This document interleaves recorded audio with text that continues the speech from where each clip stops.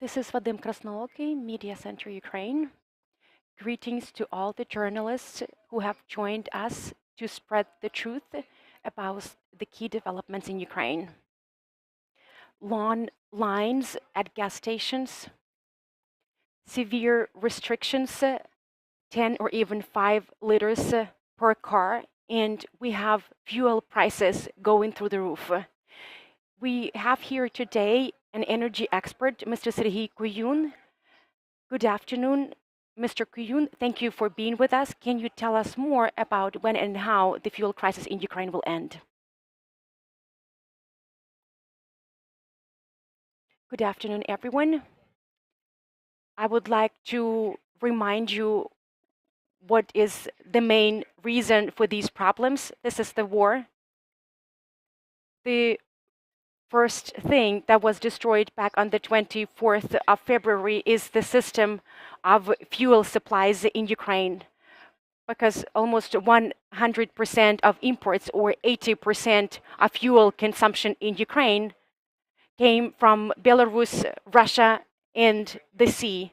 Within one day, we lost all these sources, and the market had to switch to a new format, and we had to reformat to a single direction of imports, which is the western border. This work is ongoing. The first contracts were concluded back in March. I mean, the first contracts with European suppliers.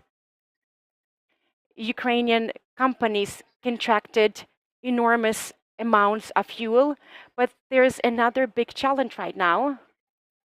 We don't have a good logistics network to ensure the transportation of these enormous amounts of gasoline and diesel fuel. Another facet of the problem is not really the commercial dimension. Our companies are quite experienced. They have significant experience under their belt. But without political facilitation, without the support of the European governments, it will be a formidable task to resolve this issue. Therefore, the government of Ukraine has already initiated several meetings with our potential suppliers, or to be more precise, with the governments of these countries, Poland, Romania, Germany in the first place. These consultations are already in the works, and we really hope that it will give the necessary impetus to the resolution of this fuel crisis. Hopefully, politicians will prompt their companies and suppliers to focus their operations on Ukraine. Why is it strange to a certain extent? Ukraine is not a problem for Europe. We are a great window of opportunity. We are a big buyer of fuel and energy sources. What does it mean? It means that we can create more work for oil refineries.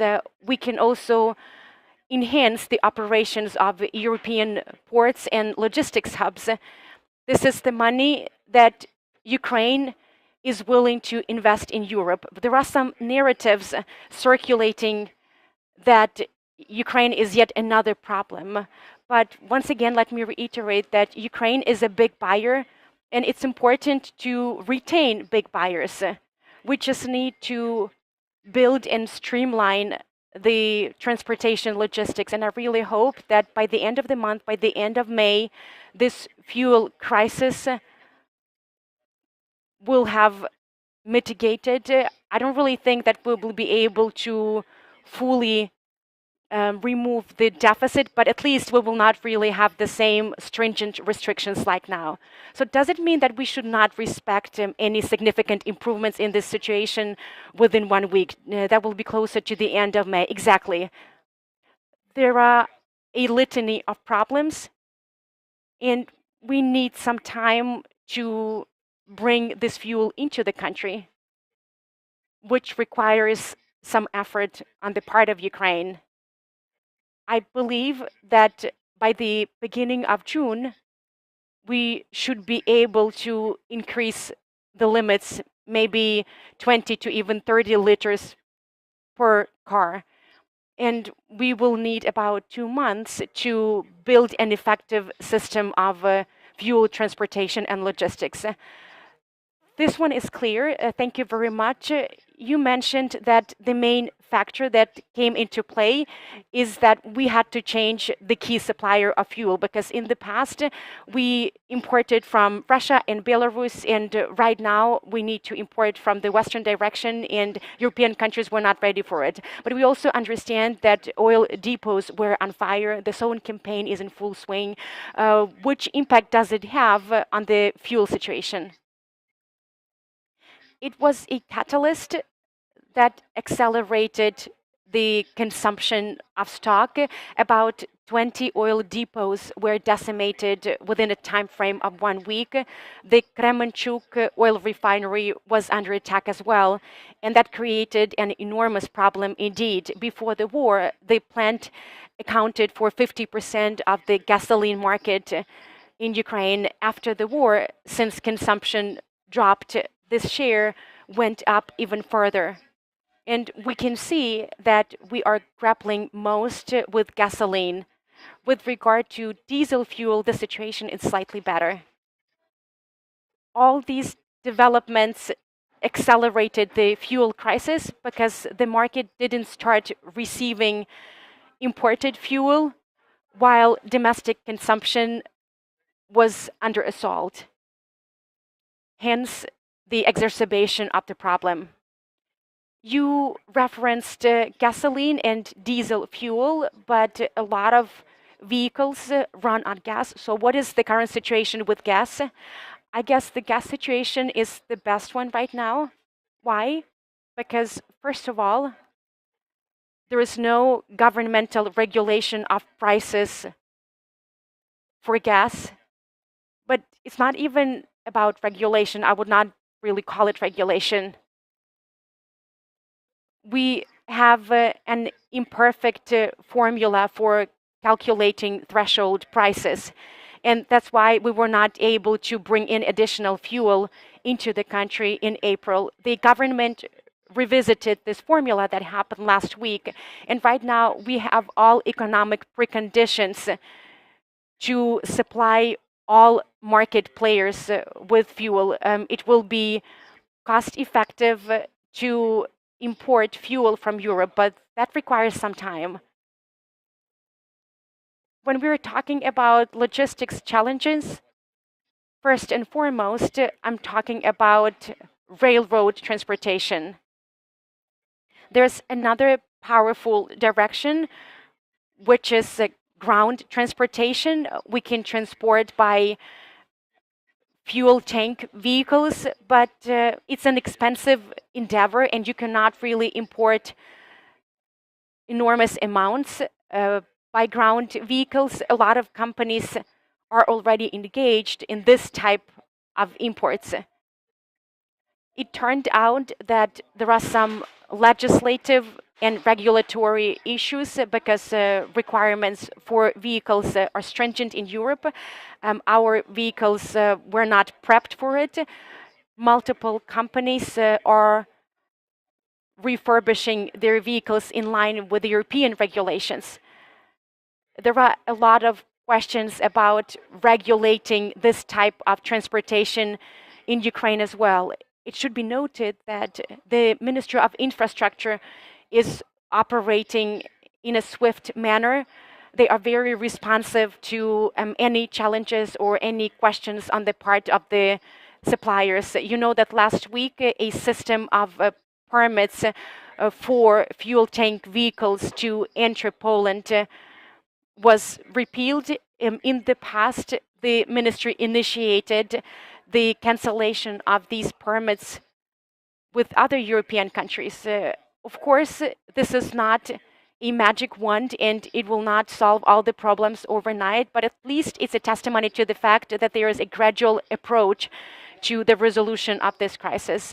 As for natural gas, there's no governmental regulation, there is free circulation, and it stimulates businesses to supply even more. And we can see that gas supplies are growing. The Ukrainian fleet of Ukrainian gas tank vehicles was more adapted to the European regulations, because this is something that was practiced in the past. If we're talking about diesel and some other types of fuel, they were not imported into Ukraine from Europe by fuel tank vehicles.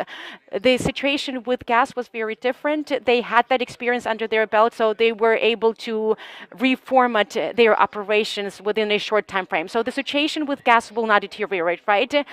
Exactly. It's very optimistic. There's gas at multiple gas stations, and there are no restrictions on the amount of gas per vehicle. Serhiy, once the fuel situation stabilizes closer to the end of May, according to you, will it remain stable, or there are some other challenges that can further exacerbate the situation? And what should be an effective model of the fuel market during the war?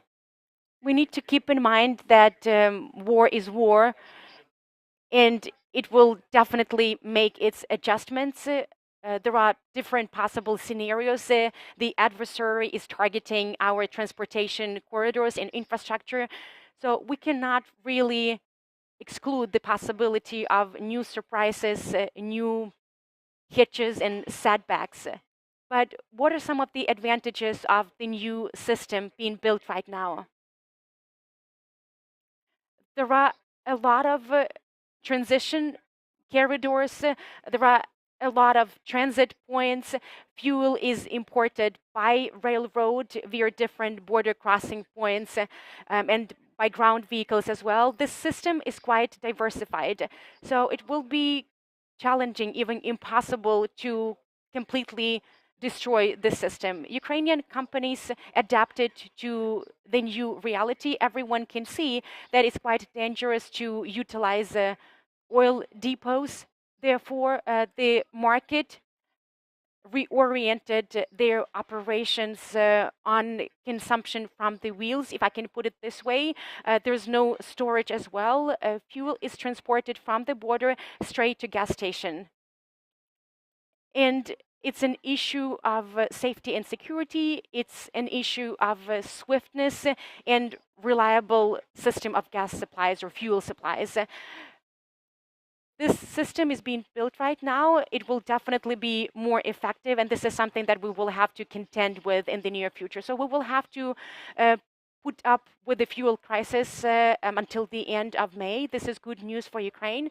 And during the wartime, it looks that we will be able to build a new and even more effective system of fuel supplies, at least during the wartime. What are the prospects of the fuel market after the war, in your opinion? What should the fuel market look like in the future? How should we change it to make it operational and effective in the long-term perspective? From a conceptual perspective, I can say that the restoration of the fuel market will be possible only under safe conditions, because no one will invest money in something that can be destroyed by one or two missiles. So safety and security first, reliable protection of the airspace, etc., etc. Only then can we be talking about other things. I believe that the system being built and expanded right now by Ukrainian companies is a system that will last. The western border is a reliable source of supplies. We need to have a cushion, and we need to have good armor. So the system will definitely continue operating, and the volume of imports will be contingent on whether the seaports will be open or not. I'm talking about oil and petroleum products in the first place. As for the western part of Ukraine, fuel will be imported via the western border. So let me reiterate that the system being built right now is not a temporary thing. This is the system that will come in handy in the long term as well. This point is clear. So we will be able to utilize the system in the long term unless investors come and rebuild a fuel market. But I also have a question about the short term. Everyone is interested in fuel prices once the situation stabilizes at the end of May.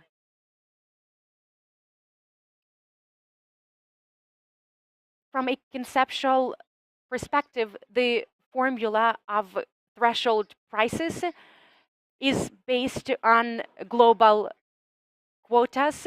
If global prices go down, prices in Ukraine will drop as well, and vice versa.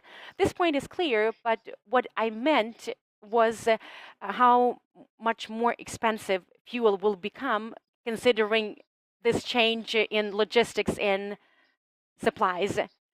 The existing prices are already quite high, even the ones regulated by the government.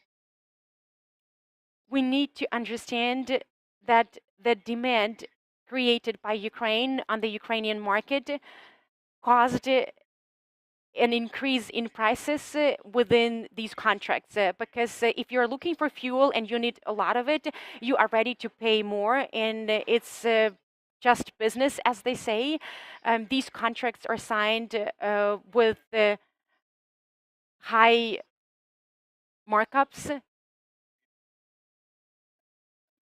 because in Belarus, the premium was about $30 per ton. The current contracts envisage a premium of 150 or even 200 USD per ton. This is pricey. I hope, and I'm even confident, that as soon as we forge a reliable system of supplies, as soon as these supplies become stable and we start concluding long-term contracts, it will definitely lead to the decrease of premiums. Maybe we will not really have the same prices as from Belarus, but the logistics component will still be a big part of the price. From Poltava to Kremenchuk, there is a distance of 100 kilometers, and right now a Poltava company needs to cover 800 kilometers to the western border. Then they need to go deep into Europe, additional 500 to 700 kilometers. What is the share of the price at a gas station? From the border to Poltava, for example, it's about 3 hryvnias per liter. That's a big share. Well, it's a big share, but it's not critical. We're not really talking about a multifold increase. Well, it depends on how you look at it. I've seen some of the contracts.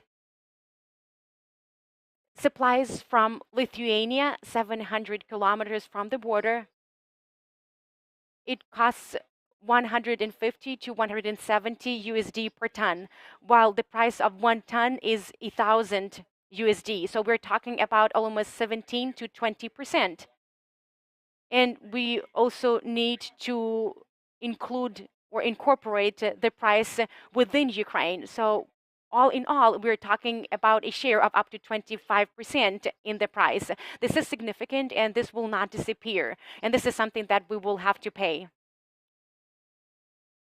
Serhiy, we will receive gasoline from Europe. Can we claim that it's of higher quality than the one that we received from Belarus?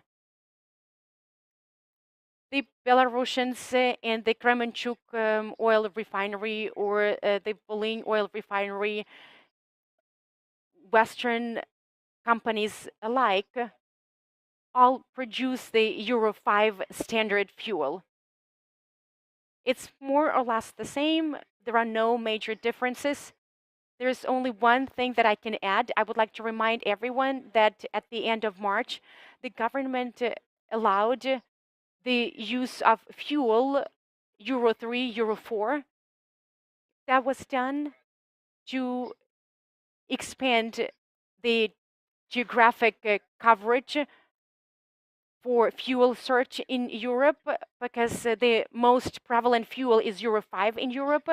But there are some European ports that import fuel of lower quality, because those ports produce fuel for half the world, like for African countries and other continents and countries. This will allow us to purchase additional batches of fuel. I think we have discussed in detail the fuel crisis. I have another question to you as to an energy expert. What is the likelihood of enforcing an oil embargo on Russia? This is something that is under discussion right now. And what will the consequences be for Russia and the entire world? This issue is at the forefront of attention of the entire continent. If this issue is already on the agenda, and if this issue has advanced so much, then I guess there are some calculations. The European countries know how they will be able to substitute for Russian energy sources, and I believe that is possible. We can see that there's considerable resistance to this initiative. Some of the countries have taken off their masks. We can see that the Russian money in some countries and among some politicians has been flowing into this matter.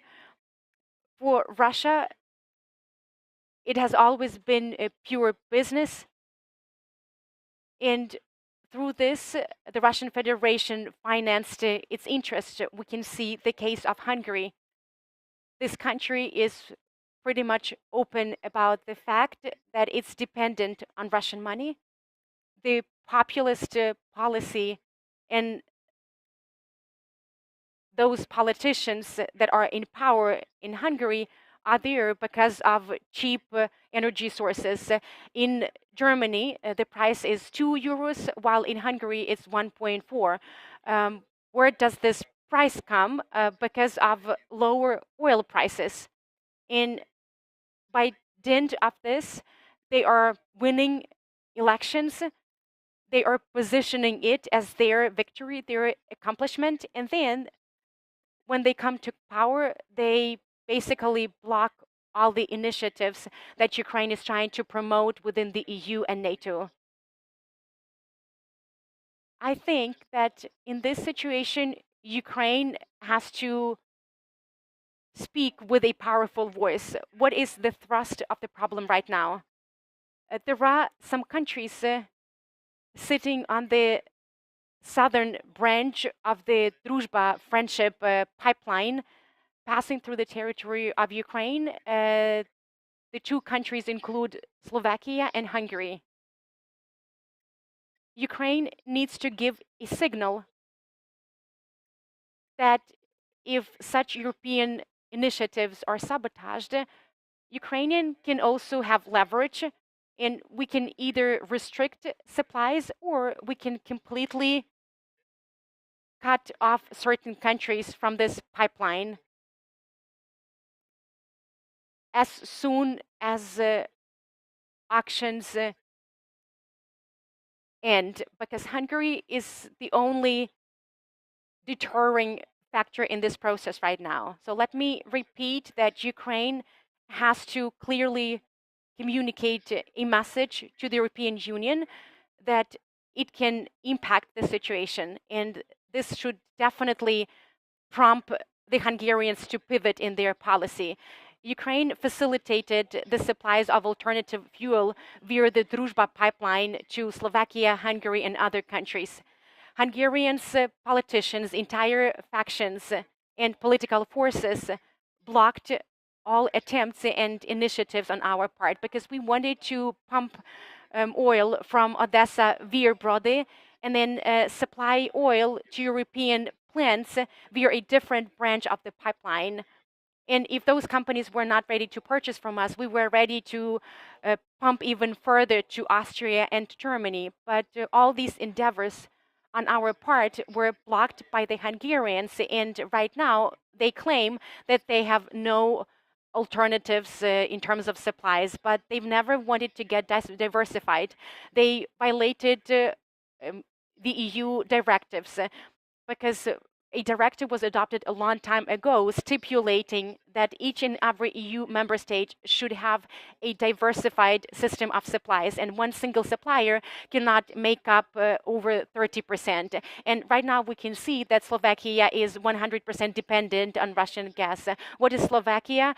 Is MPZ Slovak Naft, and it belongs to MOL, and it's basically Hungarian property. And now they are complaining that, well, we cannot really say no to Russian energy sources because we are 100% dependent and we have not done anything.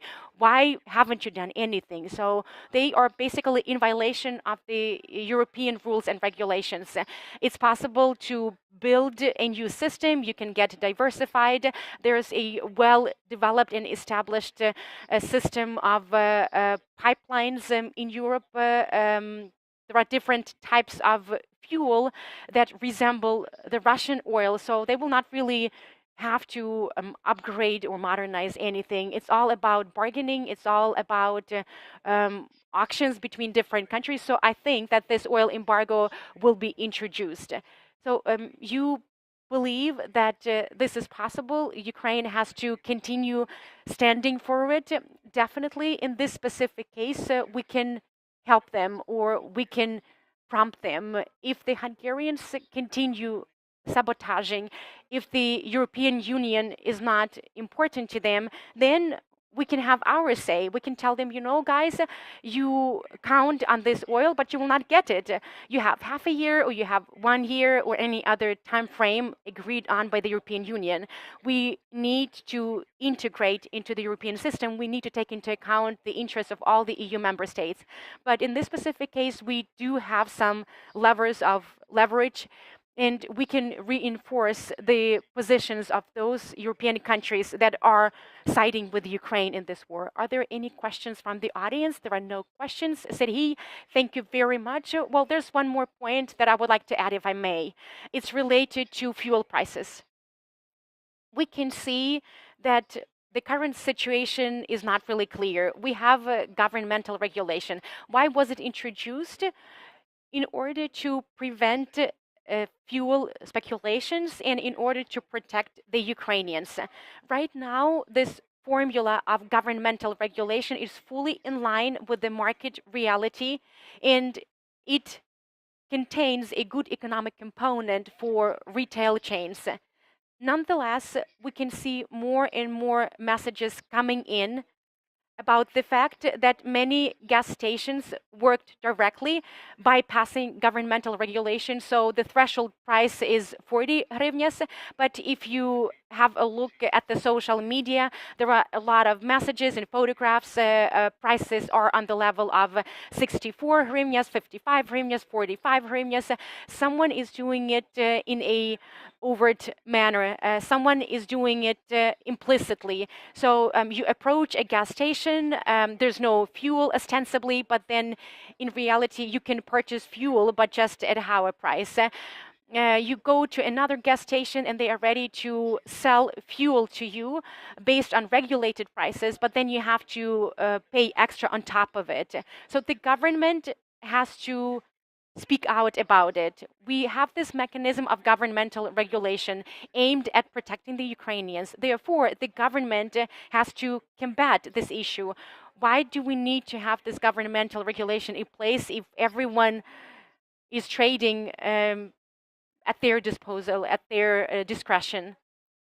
So we have companies who bring in fuel, and they have two channels of sale. They can sell to gas stations at a price of 40 hryvnias, and they can sell in bulk, and prices are not regulated there. It can be 50, 60, 70, whatever. So of course it's more profitable for them to sell in bulk. In the end, this fuel is purchased by the same companies that resell this fuel at even higher prices. We need to streamline this system. We need to make sure that everyone sells at regulated prices. This way, we will not have any deficits. We will have more gas stations that will sell fuel, and we will not have these long lines. Why do we have long lines right now? Because there are some second level gas stations. They bring in fuel, we can see that, but their gas stations are closed. They are not selling any fuel because this fuel is sold in bulk. There is regulation in place, there's this law, there are clear-cut rules, and everyone has to adhere to them.